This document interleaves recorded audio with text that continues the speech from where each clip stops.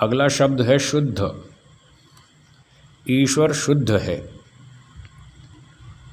शुद्ध का अर्थ है जिसमें भौतिक गंदगी ना हो, कूड़ा कचरा मल दुर्गंध आदि ना हो। जैसे गंदी नाली में कूड़ा कचरा होता है, तो ये सब कूड़ा कचरा कहाँ होता है? जहाँ पर प्राकृतिक पदार्थ होते हैं, अनेक अवयवों का संघात होता है, वहाँ कूड़ा कचरा मल दुर्गंध गंदगी आदि होती है।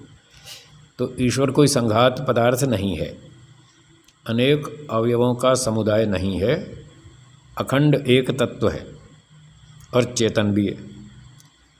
तो इसलिए उसमें अवयव न होने से कूड़ा कचरा गंदगी कुछ नहीं है। अब यही बात जीवात्मा पर भी लागू हो जाती है। जीवात्मा भी अखंड तत्व है, वो भी एक तत्व है, वो भी अवयवों का संघात नहीं है, इसलिए वहाँ भी गंदगी नहीं होती, वो भी शुद्ध है।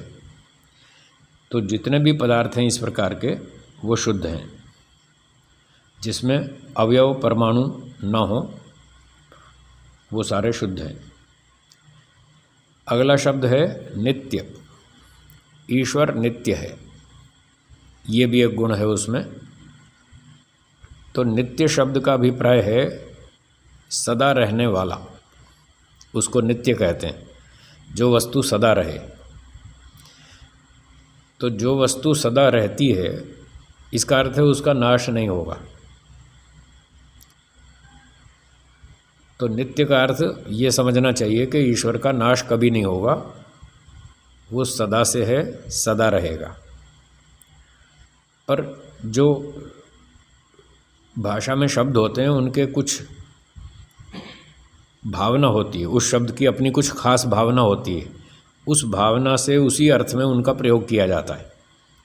तो जैसे नित्य शब्द है ईश्वर के लिए, वो नित्य है, इसमें नित्य में भावना है कि वो नष्ट नहीं होगा, अनश्वरता, ये भावना है नित्य शब्द में। अब ये अलग बात है कि जो वस्तु नष्ट नहीं होती वो उत्पन्न भी नहीं होती, ये नियम है। तो ईश्वर नित्य है, वो नष्ट नहीं होगा, इससे ये सिद्ध हो गया कि वो अनुत्पन्न भी है। पर इस अनुत्पत्ति को बतलाने के लिए दूसरा शब्द है, वो है अनादि। अनादि, ईश्वर अनादि है। अनादि शब्द में आदि का निषेध है। आदि का अर्थ है आरंभ, उत्पत्ति, निर्माण, रचना। तो इस प्रकार से शब्दों में अपनी अपनी भावना होती है, तो उस भावना को ध्यान में रखते हुए हमें अर्थ करना चाहिए। तो जब हमें ये कहना हो कि ईश्वर कभी उत्पन्न नहीं हुआ, सदा से है, तो हम अनादि शब्द का प्रयोग करेंगे। जब ये कहना हो कि सदा रहेगा, नष्ट कभी नहीं होगा, इस भावना को बताना हो, तो फिर हम नित्य शब्द का प्रयोग करेंगे। तो ईश्वर में नित्यता भी एक गुण है। इस प्रकार से ये इन गुणों के माध्यम से जब हम ईश्वर की उपासना करते हैं तो वह सगुण उपासना कहलाती है। तो महर्षि दयानंद जी सगुण उपासना के अंतर्गत ईश्वर के गुण बता रहे हैं। अगला गुण है आनंद। तो ईश्वर में एक आनंद गुण है। ईश्वर आनंद स्वरूप है, उसमें खूब आनंद है, अनंत आनंद है और बहुत उच्च स्तर का आनंद है, बहुत ऊंची क्वालिटी का। ऐसा बढ़िया आनंद है, उससे हमारी पूरी तृप्ति हो जाती है। ऐसे आनंद तो जड़ पदार्थों में भी है, भौतिक पदार्थों में भी है। खाना पीना, मोटर गाड़ी, सोना चांदी, रुपया पैसा, इन चीज़ों में भी सुख तो है। एक दिन एक व्यक्ति ने पूछा, जी ये संसार में सुख है या नहीं? मैंने कहा है। सुख नहीं होता तो लोग चाट पकौड़ी के पीछे क्यों भागते? देखो संडे को शाम को होटलों में लाइन लगती है, रेस्टोरेंट में नंबर ही नहीं आता खाने का, इतनी लंबी लाइन होती है, एक एक घंटा बैठे रहते हैं लाइन में। ऐसे बैठे रहते हैं जैसे भिखारी मंदिर के बाहर बैठे रहते हैं ऐसे लाइन लगा के बैठे रहते हैं। अब तो लॉकडाउन चल रहा है आजकल, तो रेस्टोरेंट सब ठंडे पड़े। लॉकडाउन से पहले तो बहुत लाइन लगती थी। लोग संडे को तो शाम को बहुत सारे लोग घर में खाना ही नहीं बनाते थे, संडे मनाएंगे। संडे मनाने का मतलब शाम को रेस्टोरेंट में खाएंगे, घूमेंगे फिरेंगे, सैर सपाटा करेंगे। तो सुख ना होता तो लोग इतना सैर सपाटा क्यों करते? देश विदेश की यात्रा क्यों करते, बढ़िया गाड़ी क्यों खरीदते, बंगला क्यों बनाते, खाना पीना मिठाई विठाई क्यों करते। सुख तो है, परंतु ये सुख बहुत घटिया स्तर का है, इसकी क्वालिटी अच्छी नहीं है। थोड़ी देर तो अच्छा लगता है, थोड़ी देर के लिए, पर ज़्यादा लंबा टिकता नहीं है। इसकी क्वालिटी भी कमज़ोर है, उससे आत्मा की इच्छा शांत नहीं होती, आत्मा को तृप्ति नहीं होती, और फिर जिन इंद्रियों से आत्मा इन सुखों को भोगता है, ये साधन जो इंद्रियां, आँख नाक कान, इनकी क्षमता भी कम है। थोड़ी देर में इंद्रियों की शक्ति खत्म हो जाती है, तो बेचारा मन मसोस के रह जाता है चाहता तो है और भोग लूँ, पर भोग नहीं पाता बेचारा, क्या करे। इंद्रियों की शक्ति कम और सुख की क्वालिटी भी ऐसी है, बेकार सी। पर फिर भी लोग जैसे तैसे इस सुख के पीछे भागते रहते हैं। इसलिए भागते हैं कि उनको ईश्वर का आनंद समझ में नहीं आया। जिसको बढ़िया चीज़ समझ में आ जाए और ताकत भी रखता हो खरीदने की, तो फिर तो ऊंची चीज़ खरीदेगा ना, फिर घटिया चीज़ क्यों खरीदेगा। उसको पता है कि इतनी महंगी चीज़ मिलती है, इतनी बढ़िया क्वालिटी की मिलती है, फिर वो घटिया चीज़ नहीं खरीदता। ठीक इसी प्रकार से जिसको ये पता चल जाता है कि बहुत ऊंचे स्तर का आनंद भी है ईश्वर के पास, जो प्रकृति में नहीं है, ईश्वर में बहुत अच्छा आनंद है, जिसको ये समझ में आ जाता है, वो फिर उसके पीछे भागता है। वो चाट पकौड़ी के पीछे नहीं भागता, धन संपत्ति सम्मान के पीछे नहीं भागता। उसने उसका परीक्षण करके देख लिया, इसमें कोई दम नहीं है, थोड़ा सा सुख है, टेंशन बहुत ज़्यादा है, खतरा बहुत ज़्यादा है और लाभ बहुत कम है, तो वो फिर उसको छोड़ देता है। इसको अपने शास्त्रों में वैराग्य बोलते हैं। वो वैराग्य तभी होता है जब व्यक्ति उन चीज़ों का परीक्षण कर ले, कुछ प्रत्यक्ष भोग कर देख ले और बाकियों का अनुमान कर ले। एक इंद्रिय से वस्तु को भोग भोग कर देख लिया, तृप्ति नहीं हुई, मिठाई खा ली, 1 बार 2 बार 20 बार 50 बार खा ली, पूरा पेट भर के जम के खाई, तो भी तृप्ति नहीं हुई, इच्छा तो खत्म हुई नहीं। तो जब एक रसना इंद्रिय के विषय का परीक्षण हो गया कि इसमें पूरी तृप्ति नहीं है, तो बुद्धिमान व्यक्ति बाकी इंद्रियों के विषयों का अनुमान कर लेता है। वो उसका निर्णय हो जाता है कि जब एक विषय में तृप्ति नहीं मिली तो बाकियों में भी नहीं मिलेगी, क्योंकि ये सारे विषय प्राकृतिक हैं, प्रकृति से बने हैं, और इनको भोगने के साधन जो इंद्रियां हैं वो भी प्रकृति से बनी हैं। तो एक का परीक्षण प्रत्यक्ष हो गया, बाकियों का अनुमान कर लो। इस प्रकार से वो बुद्धिमान व्यक्ति इन सारी चीज़ों से वैराग्य प्राप्त कर लेता है।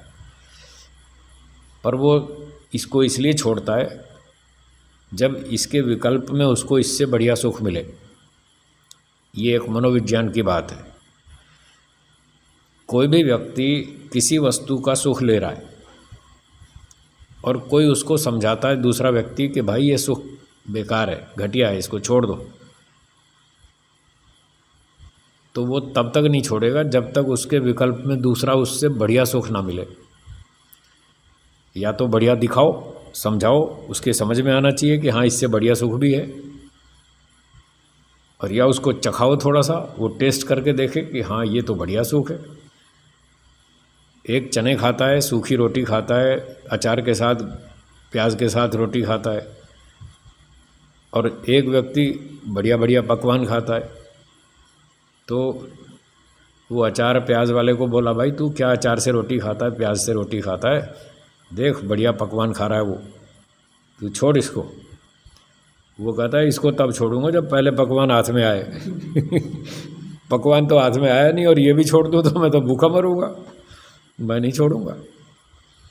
तो वो तब तक नहीं छोड़ेगा उस छोटे भोजन को, सादे भोजन को, जब तक उससे बढ़िया भोजन उसको दिखाई ना दे, समझ में नहीं आए जब तक, तब तक वो छोड़ने की नहीं सोचेगा। हाँ, समझ में आ जाए कि इससे बढ़िया है, फिर वो सोचना शुरू करेगा कि चलो इसको छोड़ देंगे, उस बढ़िया वाले को प्राप्त करेंगे। और जब थोड़ी मेहनत करेगा, थोड़ा थोड़ा मिलने लगेगा, फिर वहाँ से उसको रुचि कम होनी शुरू हो जाएगी। घटिया भोजन से रुचि घटने लगेगी और बढ़िया भोजन में बढ़ने लगेगी। तो यही बात है, प्रकृति का भोजन, जो प्रकृति का सुख है वो ऐसा ही है, घटिया सुख वाला, और ईश्वर का जो आनंद है वो बढ़िया भोजन के तुल्य है, ऊंचे सुख वाला। तो ऐसे जिसको समझ में आता है वो फिर संसार को छोड़ के ईश्वर की ओर आगे बढ़ता है। तो ईश्वर में भी आनंद है, ऐसा हमको मानना समझना चाहिए। ये शब्द प्रमाण है। बाकी थोड़ा प्रैक्टिकल करो, अभ्यास करो, ईश्वर का ध्यान करो, शास्त्रों का अध्ययन करो, विद्या को पढ़ो, तो धीरे धीरे समझ में आएगा कि हाँ, ईश्वर में भी आनंद है, और इस प्रकृति के सुख से ज़्यादा बढ़िया आनंद है। और उससे जो तृप्ति होती है वो भौतिक चीज़ों के सुख से नहीं होती। कई बार मैं ऐसा उदाहरण देता रहता हूँ, आपको भी सुनाता हूँ। एक गणित का अध्यापक था। एक प्रश्न उसके सामने अटक गया, उसका हल नहीं हो पा रहा था, समाधान नहीं मिल रहा था कि ये प्रश्न कैसे हल होगा। वो 15 दिन तक खूब मेहनत करता रहा, और मेहनत करते करते 15 दिन के बाद उसको ठीक उत्तर मिल गया, समाधान सूझ गया। अब उसको आनंद होगा या नहीं होगा? बहुत बढ़िया आनंद आएगा। 15 दिन मेहनत करने के बाद जिस प्रश्न का उत्तर आज मिला, उसको जानकर उसको बहुत आनंद आएगा। इतना अच्छा आनंद आएगा, आप उसको 50 रसगुल्ले खिलाओ तो उतना आनंद नहीं आएगा। 50 रसगुल्ले खाने में उसको उतना आनंद नहीं आएगा जितना उस गणित के प्रश्न का उत्तर सूझने पर आएगा। तो इससे पता चलता है कि भौतिक वस्तु से सुख जो मिलता है वो घटिया है। रसगुल्ले का, मिठाई का सुख घटिया है, और जो ये विद्या का सुख है, जो गणित विद्या से जो उसको आनंद मिला, वो इसका स्तर इससे बहुत ऊंचा है। तो एक तो ये मोटा अंतर है कि भोग्य पदार्थों का जो सुख है उसकी क्वालिटी घटिया है, और विद्या के सुख की क्वालिटी इससे बहुत अच्छी है। और ईश्वर का आनंद तो इस विद्या वाले सुख से और ऊंचा है। तो हमको ईश्वर का आनंद भी स्वीकार करना चाहिए। वो जमेगा तो तब जब थोड़ा बैठ के प्रैक्टिकल करेंगे, ध्यान करेंगे, अभ्यास करेंगे, ईश्वर के साथ थोड़ा संगति करेंगे, तो धीरे धीरे उसका आनंद भी, जब पहले तो आध्यात्मिक स्तर का आनंद आने लगेगा इस विद्या का। इस विद्या के आनंद से हमको विश्वास हो जाएगा, भरोसा हो जाएगा कि हाँ, जब विद्या में इतना अच्छा आनंद है तो ईश्वर का आनंद भी इससे बढ़िया होगा। तो विश्वास बन जाएगा। जब विश्वास बन जाएगा तो फिर जम के मेहनत करेंगे, और जो मेहनत करेगा उसको मिल जाएगा।